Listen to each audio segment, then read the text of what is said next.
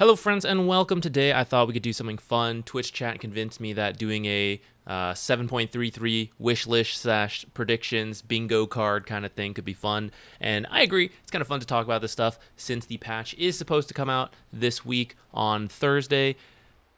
Fingers crossed. Number one thing on my wish list is that it's not 7.32G.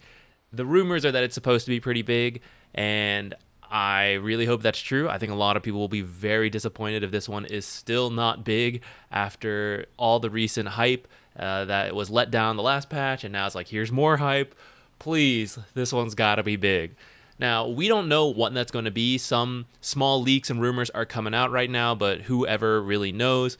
So let's talk about some things I want to see, and I'd love to hear things you guys would like to see. So first off, some map changes. We've been on the same map for quite a while. There's been some small changes, like this ramp moving back a little bit. But otherwise, this map for the last nearly year has been about the same. So getting to see some stuff mixed up could be cool. It depends how they want to approach it. It's really hard to predict this stuff, but some stuff that I think could be nifty. One, a new Roshan location. This has been much better than when it was like kind of over here. That was really Dire favored. Over here, it was a bit more neutral, but lately it seems to favor Dire still because this is Dire's outpost that they can naturally protect, and it's easier for them to like maintain control of here. Though you could also argue Radiant wants to play in this area during this most recent meta, and so like by naturally being up here, they also get Roshan control, whereas if Dire wants to play this area, they kind of lose that Rosh control.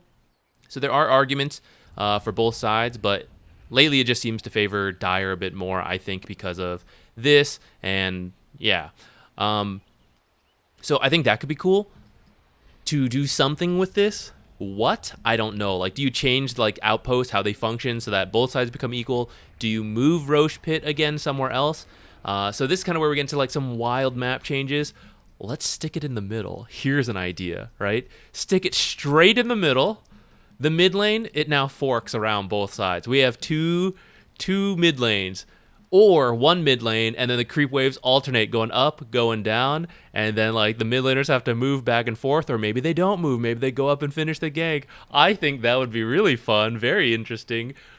Practical? Probably not at all, but there's a lot of things you could do with that. Another idea would be a second Roshan-like objective, so it's kind of difficult to make this like perfectly neutral when it's up here, but maybe you add one down here, so this one is favorable to the Dire, this one is favorable to the Radiant. What do you add on this? I'm not sure. You could just make it a second location and have Roshan randomly spawn in one or the other, kind of the way runes work. That would be one way to approach it. Or you could have something separate, a second Roshan-like objective. Maybe it's a little different. Maybe it is the same Roshan, but just gives different items. Some of those item ideas, who knows? Lots of people have cool ideas here. Aegis, cheese, those tend to be like defensive things, so something more aggressive to actually help you close out high ground. We're kind of touching on multiple parts of the meta here, but in pub games, you may not notice this as much, but in pro games, it's very difficult. You'll see a team build up a huge lead, and then they'll get stuck here on this high ground, trying to push into it because the high ground is just really strong. So even with Aegis, they don't feel like they have enough power. They just choke out the game for a really long time. Frequently it works, sometimes it doesn't. They have to like wait so long that eventually a mistake happens, the other team comes back. So another Roshan-like objective whose rewards help you break high ground could be a cool way to help close out games. Some random ideas I had, right? You could get something like Year Beast, one of the events we had a while ago, which is where like you take the second Roshan and you get like some mega creep in your lane temporarily, and it helps you push down towers and the enemy base. If you think about what makes it difficult to take high ground, one, there's the high ground. So there's a vision advantage, there's the base advantage, they have the tower, they're close to their fountain, right? And so if you're a ranged or melee hero, the scary part sometimes is this high ground element of vision, where just walking up, trying to hit this tower is very difficult. The creeps help you, but the creeps get killed really quickly, and then, you know, what do? You have to walk up to see the tower to take it. So if in some way you buff the creeps or you create some super mega creep, that helps you chip the tower damage, that helps you provide vision of this area, it makes it safer to take all this so you don't like walk up too far and then suddenly like, oh, a chronosphere, what can I do, pudge hook, all this stuff. So it helps you like take these towers, which might help close out the games. I think it would be really fun if the creep was some kind of Trojan horse. We already have this mechanic with like Snowball, Pudge eating people, Snapfire eating people. You can hop into the creep. Or don't. You don't know. The enemy doesn't know. So they could kill this creep and then boom, 5 heroes pop out into like some mega black hole combo. Or no creeps are in there. And so you're like scared to approach. Or no heroes are in there. You're scared to approach because you think they're in there. And then that creep is just like slowly hitting the tower. And then finally you walk up to kill it. And then boom, like some smoked up chronosphere again hits you, or like Ravage or something. I think it would be really funny and it would help you take towers. Is that the way we want to go? Who knows? But it would be really amusing to me. Stepping back from crazy ideas, the second Roche could very well happen, but there are some risks to it as well. Right now, I'm saying it's difficult to close high ground, but then if you add this second thing that helps you break high ground, the game might become really snowbally, which is like you pick super strong early game heroes, take one, take the other, maybe you take this one first, then you take this one, who knows, you get this super strength, and you just shove it down. In the past, we also had a state of the meta where it was very difficult to come back, and it felt like whoever took the lead would win the game. And that also does not feel great. Part of what's cool about Dota is the chance to come back in many, many situations. It's why we don't have a forfeit button in many situations, but kind of now we do a little bit.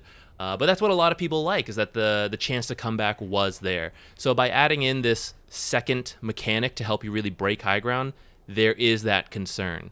But by splitting it up, that might be a way to circumvent that, because like you can't get both at the same time. So maybe one team is taking this one and the other team notices that, they know they're weaker, they can't fight it, so they rush over and take the other one. And you know, let's say we go back to that creep idea. So now they have the Aegis, they're strong to push, but now they have to push into like creep waves that are stronger or something like that, right? Or now the enemy team has stronger aggressive potential with some like buff from this new Roshan second like objective. So when they come to high ground, you have added strength here to potentially fight back. So maybe it helps, maybe it doesn't. I don't know. I guess we'll all have to find out if it ever does get added in. Some other ideas unrelated to the second Roshan to make high ground easier could be some better vision. Again, going back to the idea, like that's part of why it's so difficult to take a controlled fight in the enemy's base, is just how difficult it is to set up vision. Your options right now are like over here and over here, and I'm sure many of you have placed an observer to immediately have it killed because people are onto this. Now on the Dire, you can actually sneak some in on the sides here, and that has not everyone is onto this, but some people are, so these sometimes get killed. The Radiant has nothing really like that. You can put it here, but the vision is really bad. This one doesn't really even make sense. It's in the tower. So this is like a Dire unique thing that they have this, and I think some other vision option could be good. Like maybe put a cliff ward spot like right here, which would favor the sieging enemy team. So you could put your observer right here, and the enemy, unless they have like a really long range, can't get this. But also because you would see them walking up with this, you can set up to maybe jump kill them right here, something like that. You already force staff them out, things like that, and kill them. And this vision would help you siege the high ground a little bit easier. I think that could be another way you add in a map change that makes it doesn't completely take away the defensive advantage of, the Dire or the Radiant when they're defending, but makes it a little easier for the team who is sieging the base to try to break it. Another thing I would love to see come back into Dota is roaming. The 2-1-2 laning meta has been here for a while now. This has come about due to various changes, such as banner creeps. For a while, it was the denies giving golden XP. There's been like different stuff. The couriers, everyone having their own courier has helped. So like before, you could leave an offlaner solo and they would find a way to get XP and all that. But as laning has become more important, as the early game has become more important, people have opted for this 2-1-2 meta, and there's different approaches you could get roaming to come back in. So one, you could weaken the style of the game that favors this heavy laning stage and reward getting kills a little bit more. So if the 4 support roams mid and gets a kill, it's very valuable to their team. If he comes back bottom and gets a kill, that's also very good. You could do something like add jungling back into the game. It's a little scary, but jungling really died off when the jungle creeps, they originally spawned at 30 seconds into the game instead of 1 minute. So that extra 30 seconds doesn't sound like a lot, but essentially if you're not going to jungle, or if you wanted to jungle, you're waiting till 1 minute to do anything in the game, and that's a long time to wait. But if you wait to 30 seconds, that is about when the creeps are first meeting, so you're essentially getting online at the same time as everyone else. If a jungler becomes more popular, then a counter jungler, the roamer, could become popular, where you come find people jungling. Or they're both doing this. Now, League kind of has this, where they have this jungle role that farms and moves around. I don't know if we want to fully replicate that, but I also don't think it's strictly bad. I think that's one cool thing about Dota, is that all these different strategies can work. So maybe some teams would prefer to continue a 2-1-2 meta, and another team likes to try jungling, and you know this team likes to jungle, so now you introduce your own strat to like counter that. Or maybe tri lanes come back in. Oh, they're 2v1ing. Let's screw this one guy off. Let's pick something who can handle a 1v2 up here, right? I feel like if you add it back in, you do get a little more complexity to the draft, which is like, I think he might be a jungler. Maybe it's like a normal 2v1 lane, like who knows? But when that option is there, I think roaming becomes a little bit more viable. Either you're doing jungling yourself as you go between camps, and that helps you, or you are killing the enemy jungler or slowing them down while also doing kills and stuff like that. Or forget jungling. We don't like junglers, right? Because they're selfish. They don't help other people out. Fishing. Add fishing to the game. I've been joking about this for a while, but we have a river in this game. It's very cool to us. We don't really use the river much though, but we've added some mechanics in, like Slardar getting stronger in water. Let's explore it more. Let's add fishing to Dota. And the fisherman, he picks up items and he brings it to the team. That makes you love the fisherman. You like when he comes and he brings you fish and he helps you out. Then we don't hate the fisherman who roams along the river and helps all the lanes. He's not the selfish jungler who sits here forever for 10 minutes and comes out with a Midas and doesn't help you at all. The fisherman, he comes, gets a fish, and he brings it to you. Here you go, sir. Have a fish. Let me hit the enemy for you a little bit. Now let me go back. I'll continue to fish. Bring along a little sailboat. Come to the mid lane. Help out here. That's cool. That's nifty. Everyone would love a fisherman.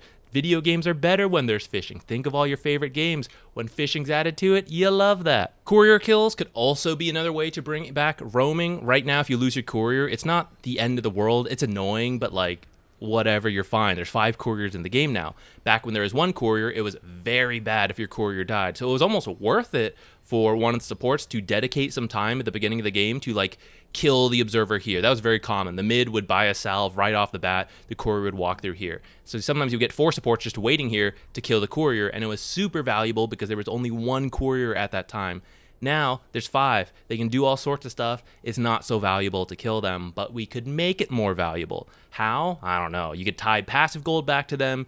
You could make them be dead longer. You could make them worth more to the enemy team. You can make them a little slower so it's easier to kill them, as well as rewarding the enemy for doing it. It could be a series of all these changes we've talked about to add in some element that makes moving around the map more valuable, and you don't feel so bad about losing all these banner creeps, about getting denied, about all these pulls, and all the stuff that could possibly completely shut down an offlaner. If he still finds way to like survive, and your roamer finds more value than before, which is like, it's really hard to jungle right now for most heroes. So if you find ways to give this roaming hero value, then roaming could come back into the game. In terms of heroes I would like to see, this is a support channel mainly, so that's kind of the way I'm thinking. I loved Invoker support and Kunkka support when those were viable. They haven't really been for quite a while. So if we could change something to bring them back in, there's different things you could do. I won't go through all of it right now, but the potential's there. They're very fun. I'd love to see them again. In the same way, Chaos Knight I think is very funny, but he's more of a core hero right now. But I find him interesting, so I would love to get to play Chaos Knight, but I'm not a core player, so if we could make Chaos Knight a support, Queen of Pain, Sniper, all of those I think are very fun as supports, but they're not very good. I like these heroes, but I don't get to play them, so I want them to become supports, which some of them were, right? We've seen co-op support, we've seen sniper support, CK support not very much, but it could happen. The stuns are pretty good. He offers a lot of early game damage. Maybe he's a roaming hero. He's fast. He's a fisherman. Chaos fisherman. It would be fun. It'd be cool, please. In terms of normal supports that we haven't seen in quite a while, these are some supports I would love. Venomancer, I just love this hero, but he kind of has a weird identity. He's probably best as an offlaner right now, but he's not that strong. So I would love to get to play more Venomancer. Venge has not had a clear support identity in years, and I've got a really cool Venge set that I would like to use and level up, but she's no good, so I'd love for her to be stronger. Grimstroke, same way. I played him a lot. You all don't even know that because he's been out of the meta longer than I've been a content creator. So I would love for Grimstroke to come back. For a very brief time, he was a core, but like, I'm a support player. What do I do with that? So I'd love for Grimstroke to come back. Lion's ever present in pubs, but he's honestly not a very good support in my opinion. So I think a big issue with him is that the current meta favors very strong early game. He has a really long cooldown ult, and his laning stage not that strong. He also likes to get a Blink Dagger to synergize with his abilities, but he doesn't have much farming speed. So he's got a lot of like these different issues that kind of keep him from being too strong, but it's a slippery slope because I think if he does become strong, he's already really popular in pub games because of the finger stacking. So he would like shoot up and become OP. So you got to be careful on that. And then save heroes. Dazzle's one of my personal favorites for save heroes, but all the save heroes have not been very common lately, and people have been picking much stronger laners. Now, that's a bit of a meta thing, I think, where if everyone's fighting early, you'd rather have more aggressive potential with that rather than some of these save heroes. But a little like adjusting of numbers, and it could work as well. So depending what happens, I don't know, but I would just love some of the save heroes like Oracle, Abaddon, Omni Knight to come back into the game. Now some bonus ones. Pudge. I know, that sounds crazy, right? Why would we encourage this? Because he's already being played as a support by many people, and we hate it because it's a troll pick, because Pudge is not very good. He's extremely hit or miss. If he hits the hooks, great. If he doesn't, what does he even do? If we make him a useful support, then we won't feel as grieved when that like core player playing support, he's like, I'm just going to play Pudge, whatever, right? If Pudge is at least actually a good support, we'd feel a little better about it. Plus, Pudge is actually really fun, guys. Come on, admit it. It's really fun. So if Pudge was good and we all got to play Pudge, it could be really cool. And if we're all trying to play Pudge, he'll get banned more. Genius. So if Pudge became a viable support, that would be fine with me. And then for my crazy prediction, people have been complaining about Troll. He's actually been doing better than people gave him credit for. But I kind of think that we might see a change to his ultimate, and I think it's going to go screwy. And his shard, his ags, and or his ult, they're going to get adjusted, and he's going to become a support somehow, because his spells are actually kind of decent, right? A strong, slow, miss chance on this ability, and then you can like accidentally root people. His base stats aren't that bad. So then the ult, I don't know exactly what, but somehow, if it helps out the team in some kind of supporty way, we might see Troll become a support for a brief moment in time. Who knows? Who knows? It could be completely out the window, crazy, but maybe. That's my wild prediction. Along this line of heroes and drafting, I would actually love some draft changes. In the pro scene, it could be fun. It could mix things up. To most of us pub players, it doesn't really affect us since all pick draft is different from pro player captain's mode drafting. But in our pubs, I would also kind of like to see some draft changes added in, mixed around somehow, because I'm kind of like bored of what it is right now. So first, I would love if core players did not have their pick screens completely blacked out so they could see which heroes are in the game. I think that would be a lot more fair. What? No, there's no way. They can... No, they can't see those picks. If they could see the picks this whole time, why would they request last pick and then still pick the stupidest fuck? All jokes aside, I am a little bored of always having to first phase pick as a support player. I recently started playing a bit more off lane just to learn more about the game, practice different stuff, and it really made me realize how unfair it was, because prior to that, I was just like, yeah, it's just the way things are. Supports have the first phase. But now that I've experienced getting to be in the second phase or even the last phase of picking, it's really unfair to support players to expect them to first phase in 99% of games, because every game is skewed against us in terms of the draft. The other supports are also random, right? So in that aspect, a little bit can go your way, where it's like, oh, their supports are bad against me. Cool. After that, though, all the core heroes see your hero, and they, in theory, will counterpick you to avoid your strengths, to beat whatever you're good at, all of that. You want to be a strong laner? Here's the counterpick. You get a bad lane. You're Treant? I'm going to be Timbersaw, right? Jakiro, like, here's Dispels. It's unfun. The enemy can be bad and not do it, sure, but the advantage is heavily in the core players' favor to get what they would like against the support players. Now you might say, oh, well, your core player should see what you've picked and pick something that synergizes it, but they never do. They don't look at your team. They don't think about that. So in my opinion, it's always skewed against support players to have like unfun games. You want to play Dazzle? Here's an axe. You know, it's stuff like that that Partly, I can't fully disagree that core should come in the second to last phase, but it's just a little unfun as a support player. That's all I'm saying. It's a little unfun to go into a lot of games always countered. All right, friends, that's all I've got. Thank you for watching.